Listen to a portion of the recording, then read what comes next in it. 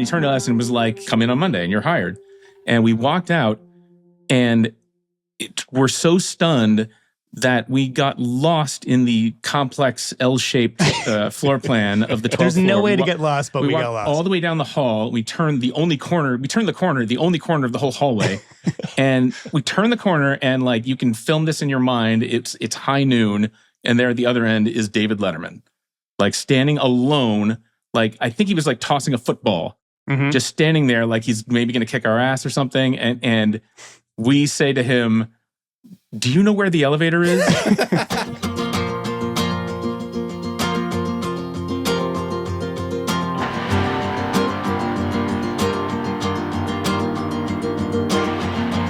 Hey, it's Josh Radnor. Welcome to a bonus episode of How We Made Your Mother. We heard the tale of how Craig and Carter came to write How I Met Your Mother. But there's an even deeper, richer backstory, how Craig met Carter. And we're gonna get into this twisty, windy mystery right now. I want to get first the origin story of how you two met, Carter and Craig, or Craig and Carter. It's really Carter and Craig. Tell us how you guys met and what were your first impressions of each other. I'm just curious if you remember the moment you met each other. I don't remember us meeting. We were sort of both part of the furniture at Wesleyan for a good year and a half, I think, before we actually like had a conversation. I remember Craig played drums. That made him a very in-demand commodity in the music world. I was like a singer and guitarist and not very good at either. So like I wanted to be in a band really bad, and no one was taking. And Craig was in like 7 bands, I think, just because he had a drum set and he could play and he was really good. And we sort of like, but like English classes. I think we were in some like English, like short story writing classes and some like screenwriting classes. And just sort of eyeballed each other from across the conference table. So I'm gonna create a hit TV show with that guy one day. I just have a feeling. Yeah. First of all, Carter's underselling his singing prowess. He was an intimate, like once you actually got on there and sang, everyone was like, wait a second, let's get that. Like then the tables turned. No one gave a shit about the drummer anymore. So I just want to make that very clear. I tried. Someone heard me hollering in the showers, and that was it.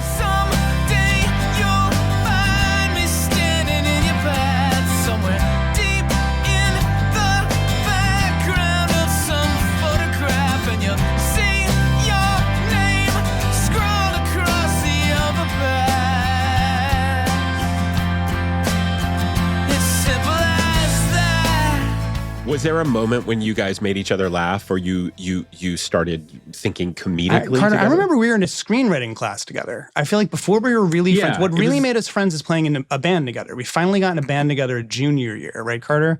Yes. And then we're in bands together the whole second half of college, and to this day, we still play in a band together. That was very much our first like way we worked together, was playing in a band. But we weren't like close because Carter was the lead singer. We were in a 9-piece soul band with like 4 horns, and I was behind a drum set. Carter even in this band, we barely had a conversation. It was funny because it was really true. Like 7 is like, I feel like that's conservative. I think we got upwards of like 12. It was like the size of like an early 2000s sitcom. The polyphonic spree. It was a full choir. Yeah, I think we had like 2 rows of risers, but it was a lot of people. So we didn't really, we didn't. It was like the real moment. I feel like was MTV. Craig and I got we played in this band together all junior year.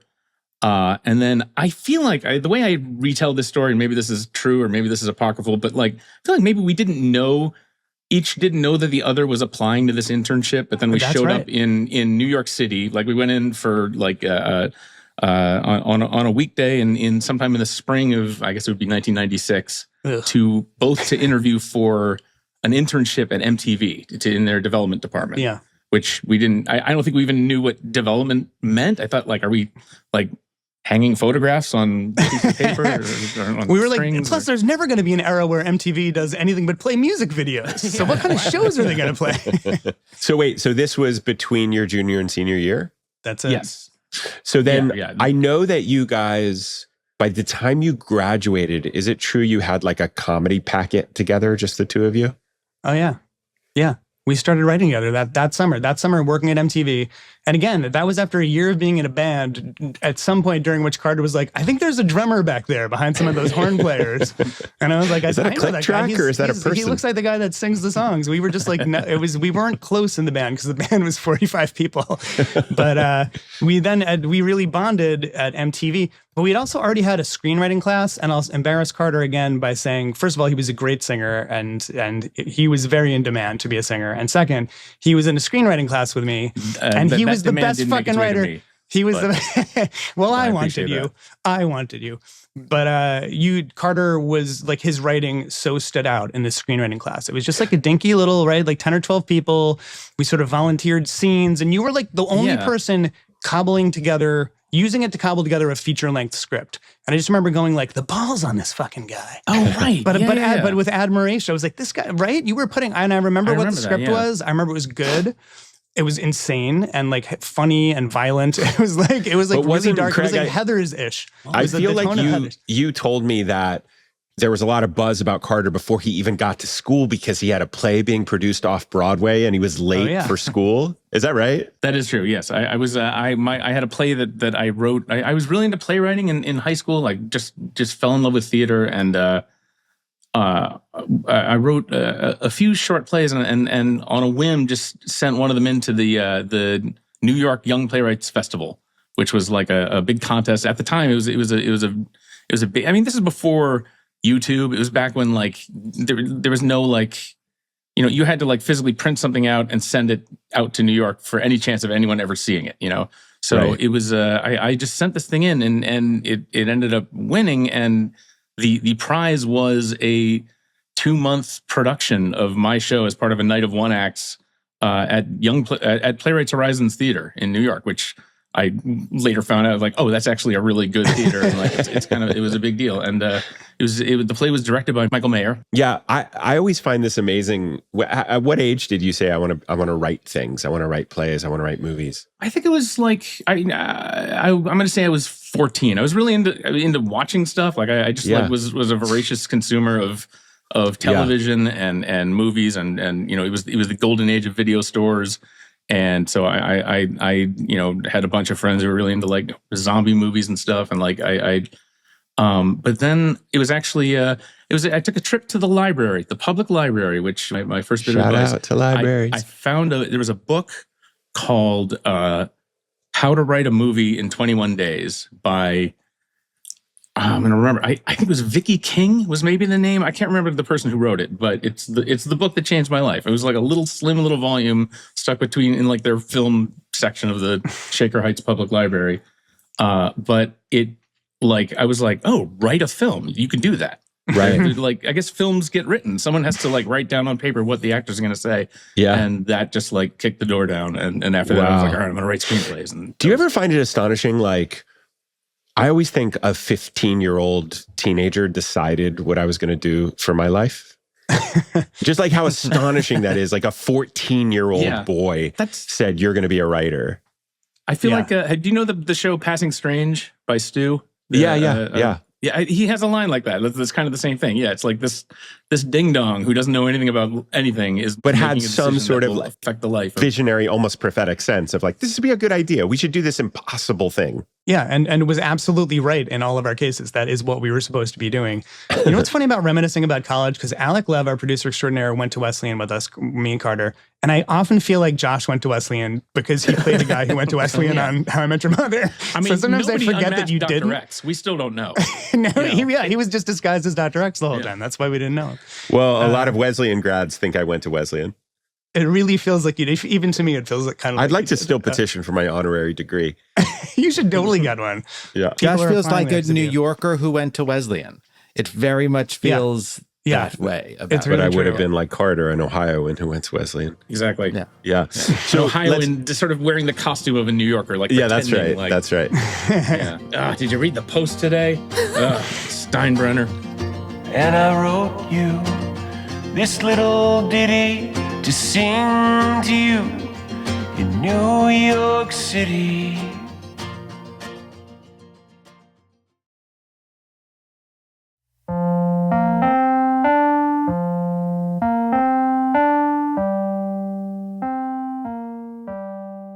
So you have this internship. You guys connect comedically. Your whole senior year, did you start writing comedy together? Yeah, that was where we dove in. Like, it was, I think we were both sort of looking down the barrel of like, you know, what are we going to do after we graduate? And this is in the golden age of like Anderson Consulting. Like, everyone was going into consulting firms. Like, there's all these consulting firms, and it was sort of like, I guess it was sort of like the job for like, if you have a bachelor's degree and you have no idea what you're going to do, just go into consulting. Yeah. And other than that, it was like, I had no idea. And then Craig and I did this internship at MTV and saw how TV is made and realized like, oh, we love writing. And here's a job. Because I've psychoanalyzed myself about this a lot. My dad was a lawyer, and he grew up sort of putting on a suit every day and going to work with his briefcase and coming home. And no one ever modeled the bohemian life for me. La vie bohème. You know, there was no sense of like, oh, this is how to be an artist. This is like how to, so in my mind, it was like, I want to be an artist, but like when I'm a grown up, I'm going to have a job with an office with a desk that I sit at where I do my job and then come home. Like, and there's no, come home exhausted and depleted. Yeah. Come home exhausted and depleted and quietly stare into the fire, drinking gin. You know, which my dad did not do. That's just me. Carter, why are you crying right now? My own personal. No, seeing TV, it was like, oh, here's a thing where like you're writing, but like all the things that are bad about writing, like the uncertainty of where you're going to do it, well, that's taken care of because you have an office, and the loneliness of like writing is just sitting in a room doing that, and then like you find out like, oh, TV shows are written by like a bunch of idiots sitting around a table, just like I sit around a table at a diner with my friends, just goofing around. That's how TV is made. I'm in. And I think Craig felt the same way. And we were sort of like, all right, this is, if nothing else, like this is one thing that we can do, you know, after June 1997. That I've never thought about it exactly this way, just because of exactly how you just said that, Carter. I did see La Vie Bohème in a way, because my dad was an advertising copywriter, like a Mad Men era advertising copywriter. And the funny thing is, I watched him come home at night, be so stressed out by writing deadlines that he chain smoked and drank vodka tonics and was kind of miserable a great deal of the time. And I went, I want to do that. That's me. Yeah. That is the key to longevity and happiness. I'm going down that path. Yeah. So I had a little hint that like people wrote things and got paid for it. So I had a little head start on knowing that was a thing, although it was ads, it was commercials and print ads and stuff. And my dad was brilliant at it. But yeah, I'm the guy who like watched Barton Fink, which is essentially a study like in hell through the lens of a writer, like being literally in development hell. And I went, that seems fun. I just kept like the punishment of it I wanted or something. But I think the thing that sparked for me when you were saying that story, Carter, is you made it. I think the part I was scared about was the loneliness, because it was my dad alone in a room, really doing everything kind of for his agency. He was like the creative director. He was like the sole showrunner, and getting to make stuff up with you, like really having a partner really helped me so much, I think, because I was scared of that part of it, the kind of loneliness, and having my dad just seemed lonely in there writing every night. And he was really good at it, but and there are ways in which writing, even in a partnership, we would divvy up our tasks. You and I, we would each go write, and you wanted that time. But having a partner to figure it out with at the beginning meant everything to me. And I think got me over the fear of like the part that seemed scariest for my dad, which was being alone. And in a kind of meta way, I mean, you guys ended up creating a show that was about people finding community and a hedge against loneliness, you know, going through the tough times together. I have to say, Carter, when you described, you know, your dad and the suit and the lawyer, maybe it's an Ohio thing. Not that everyone in Ohio is a lawyer, but it was the exact same thing. I thought, I just don't want to wear a tie to my job. If I can just create a job where I don't have to wear a tie. I like ties, special occasions, but I don't want to wear one every day. So when I discovered the theater and I saw adults, you know, that made plays for a living, and I just thought, get me in there. Yeah. It's funny you say ties, because that's I feel like there's so much of that in like, especially like okay, so like Barney, we're jumping all over the place here, but like Barney's obsession with suits, like I absolutely feel like that comes from some deep dark place that we probably all connect with in our generation of my like dads going out putting on suits. A huge movie for me was The Commitments, which was like, you know, the movie about the Dublin soul band, the guys that started a soul band in Dublin, and Craig and I started a soul band in Middletown, Wesleyan, which was probably somewhat inspired by that. And part of the whole thing was, they wear suits, and like they have a whole discussion in the movie about like, oh, you got to put on a suit because suit makes you play better. You play better in your suit, and like the idea of a suit as something you wear recreationally, as something you put on because you want to. I feel like that was I think that was the key to Barney. It was like he's not like because he was like I saw my dad. He retired and was like, I'm never putting on a suit again. And like, and I don't think I've seen my dad in a suit since he retired. Since then. Yeah. Same. Yeah. So like the idea, it's sort of like the finding the spirit of like I'm seizing control of this. I'm wearing this suit by choice. I think that's so interesting. There is a connection between us putting on those suits in the soul band in Wesleyan when we were 19 and 20 and Barney. There's a straight line between the idea of choosing your own suit destiny. Yeah, I've never thought of that before. And there was absolutely a we did sort of the experimental anthropology of seeing what it's like to walk around in a suit, especially on a college campus, especially a campus like Wesleyan, that's like just a bunch of hippies and stuff. But like walking around in a suit, like you do realize like, oh, I'm radiating this weird power that I didn't think I have. I'm making each one of these kids think of their dad. They're all thinking of their dad who's disappointed that they didn't get into Harvard. And what do you study? Women's studies? Like, come on. Why are you crying again, Carter? But like there was a power in wearing the suit. And I'm kind of like that's how Barney ended up in a suit. Oh man, that's great. Paul Feig says that they'll let you in anywhere if you're carrying a clipboard. Like you can walk into any building in the world, and they'll just too. By the way, Paul. If you had a laminated necklace, you can walk right into the Oval Office. It's also just funny where you're like, I'm not wearing this unless it's semi-ironic. Like I have to be in control of when and how I'm putting on this suit. And to suit. be clear, our suits in that band were like from the ladies' auxiliary thrift store in Middletown, Connecticut. And mine was red, except the red blazer didn't quite match the red pants. It was two different reds. Like Barney would have been like, what in Someone the name of fuck is that? Someone gave away 2 red suits. They were somewhat similar. And I was like, sold. Oh, man. I've got $3 and I'm looking to spend it. Okay, so you guys, your senior year, you create enough comedy that you have this comedy packet enough to send it out to agents and this is a good chance to give a shout out to somebody who. So you remember those people, and you've had them too, Josh, where the person that kind of changed your life, right, Carter? This executive at MTV. We were there getting him coffee and getting sushi and making photocopies, and we were writing our little comedy ideas. We were just like, had been in a band and we started writing comedy together because we clicked so much. We started writing our own ideas and submitting it to this executive, this guy, Jeremiah Bosgang, who'd been executive at NBC. He had worked on Seinfeld and now he's at MTV. And he saw our little ideas and thought they were clever and interesting enough that he submitted, I think submitted them for us, Carter, and maybe gave us permission or connected. No, He gave us it was. I mean, this is how I like people. I don't know, Craig. I'm sure people ask you like, how do you get your start? And it's like our start is so not connected with anything in 2025. Like it's so like old school. He literally was like, send a packet of material with a cover letter that you print out and put in the mail, and in the cover letter mention my name in the first sentence.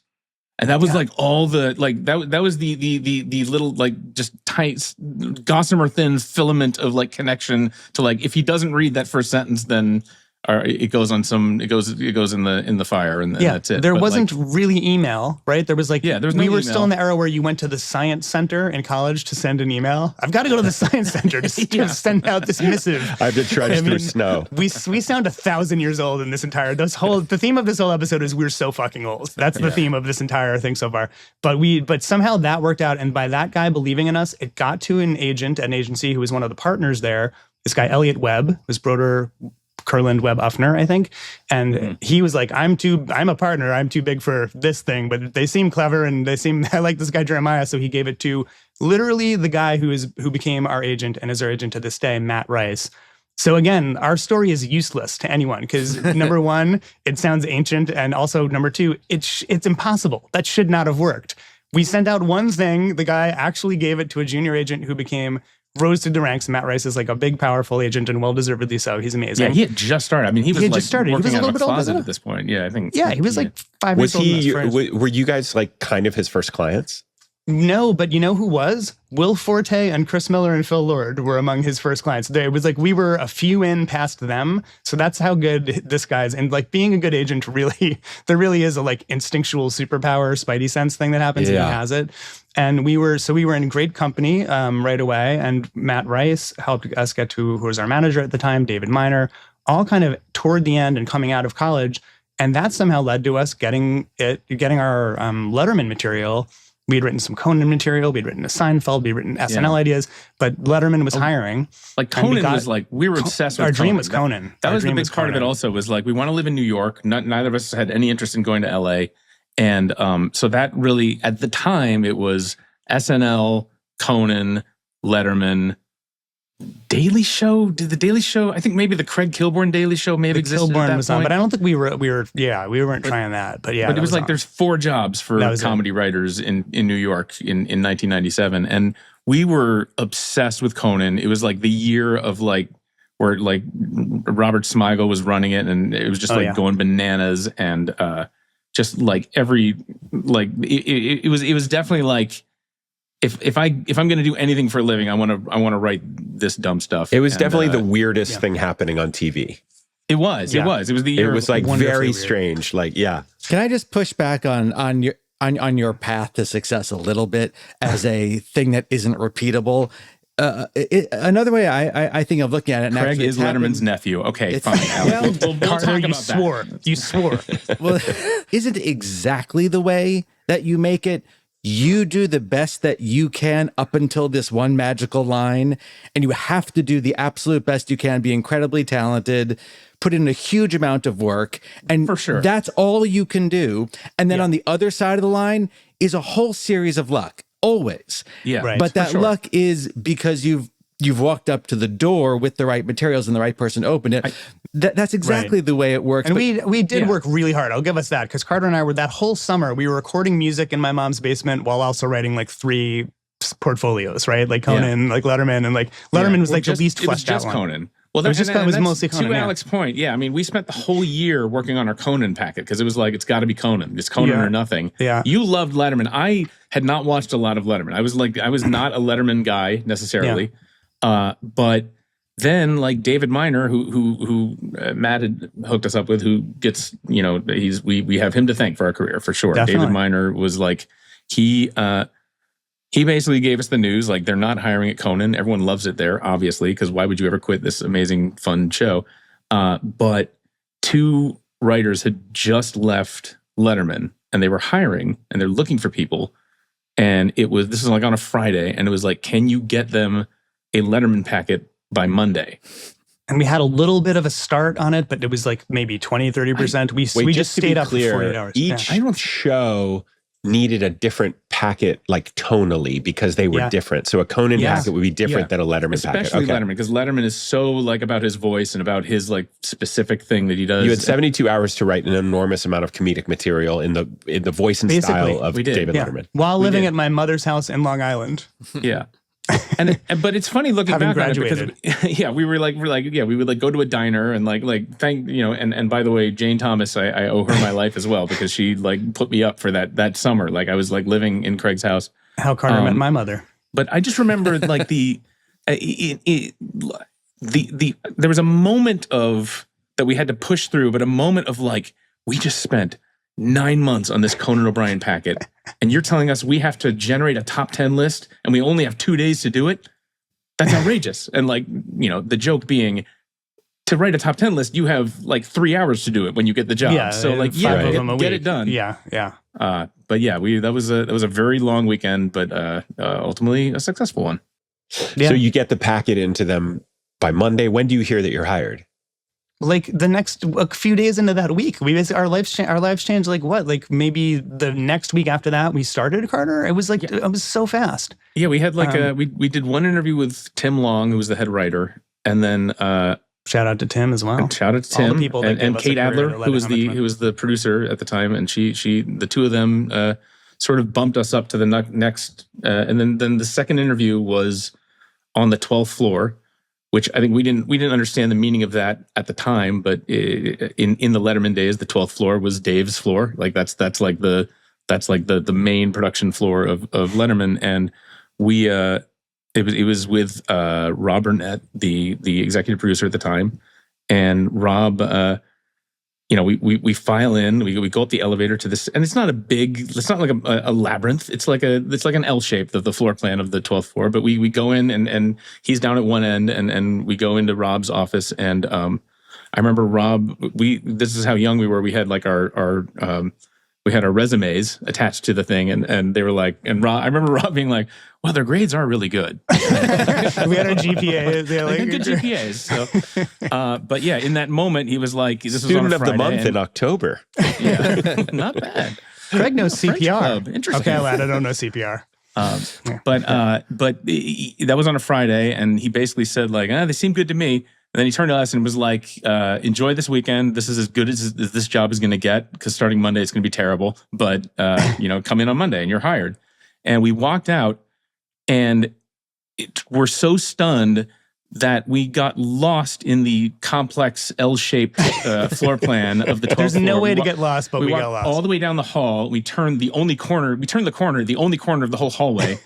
And we turned the corner, and like, you can film this in your mind. It's high noon, and there at the other end is David Letterman, like standing alone.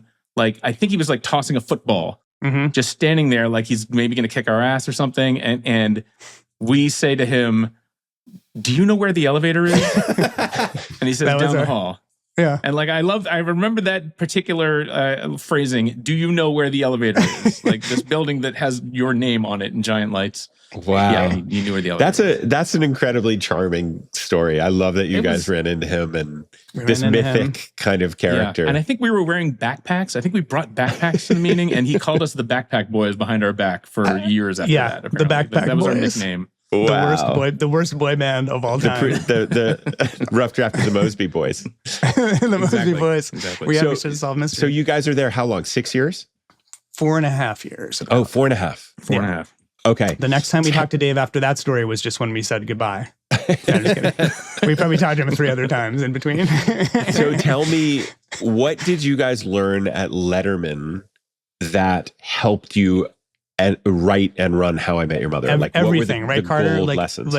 everything. Yeah. We were, because after Letterman, we were on a couple of other like sitcoms that are sort of forgettable, didn't really go the distance. Although we were on American Dad, which is still on TV, which is amazing. We were in there for 1 season. But basically, everything we needed to learn to be a showrunner, we learned at Letterman. And then when you go onto a sitcom staff, a lot of the ethos, at least back in the day when we were getting into it, was like the writers weren't in the edit room. The writers weren't necessarily always on set. The writers sort of wrote things and were that part of the assembly line. On Letterman, you had to, if you had an idea in the morning, you had to produce it by the showtime. You had to get your music. You had to order up your graphics. You had to, if there was like Chiron and like titles involved, you had every piece of it. You went on the shoot. You basically kind of directed or co-directed your bit. You had to, with the director, make sure you got everything you needed. Get into an edit room, book your time there, get with the editor. Like every part of it was you. Every part of it you were responsible for producing. And that, it was such good training for being a showrunner, because by the time some writers who've only ever been on sitcom staffs, they become a showrunner, they've never really spent a lot of time in edit. They've never done a sound mix. We had done all that stuff. It can't be overstated how much like technology and like the editing software that exists now, like iMovie coming built into your laptop, how much that has changed the world. Because at the time, it really was like us knowing how to go into an edit room was like we'd gone to Hogwarts. Like we like had this like mystical power that like really like no one understood how to like, trim 15 frames off of something, like dumb, simple stuff that anyone in the world now knows. It was really like that Letterman definitely gave us a chance to like basically go to film school for 4 years, go to film school and comedy school in a big way. I also feel like the whole like 10,000 hours thing of like learning how to, like, I definitely feel like I learned how to write a joke and how to write something that gets a laugh. Like, I don't even think of myself as necessarily a funny person, but I knew like what the mechanics were of how to, and the only way to learn that is doing it over and over and failing a lot. And like, I wanted to ask you like about the failure. Did it thicken your skin considerably? So you pitch jokes obviously to these older, more veteran writers, and they're swatting them down, or ideas are getting, batted down, or something doesn't get a laugh. Like, did you feel like that which didn't kill you made you stronger kind of by the end of that? Yeah, definitely. And it was very humbling, and it told you it was a volume business. You needed to have a next joke. You needed to have a next idea. There's no writer's block when you're doing 5 shows a week and you're getting paid decent money to do it. There's no writer. You have to have an idea. You have to have an idea. And even if it's not great, you have to produce it and make it and hope that it gets on and does okay. Carter and I did the viewer mail segment for 4 years of our 4.5 years there. And we would go down for the taping of that segment and be in the audience. And you had to sit in that audience. We stood off to the side, and we would sit there and listen to those play and either get a laugh from the audience or not get a laugh from the audience. And what didn't get a laugh, and it was dead silent, and Dave's up there, this iconic, wonderful, I idolize Dave. I love him. I made that joke before, but I love Dave. When he would turn on it, he'd go like, "Ooh, that was a tough one, Paul." Be like, "We're getting torn a new one on national television by our hero, or at least my hero." And there's nothing more humbling. There's no thicker skin to be developed than that moment. And you got to scrape yourself off the floor and say, "I got at least one more shot at this next week if we don't get fired."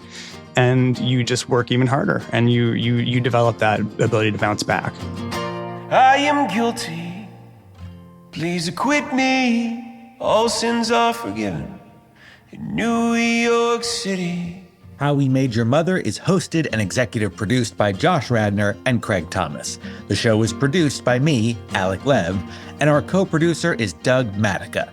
Our audio producer and mixer is Alex Reeves at Point of Blue Studios. Artwork by John Morrow. Please follow, rate, and review the show on Apple Podcasts or your podcast player of choice. It really does help the show. Our theme song is NYC by our own Josh Radnor. Special thanks to Lola Kennedy and Elliot Connors. Visit howwemadeyourmother.com to sign up for our Substack mailing list and for links to our social media.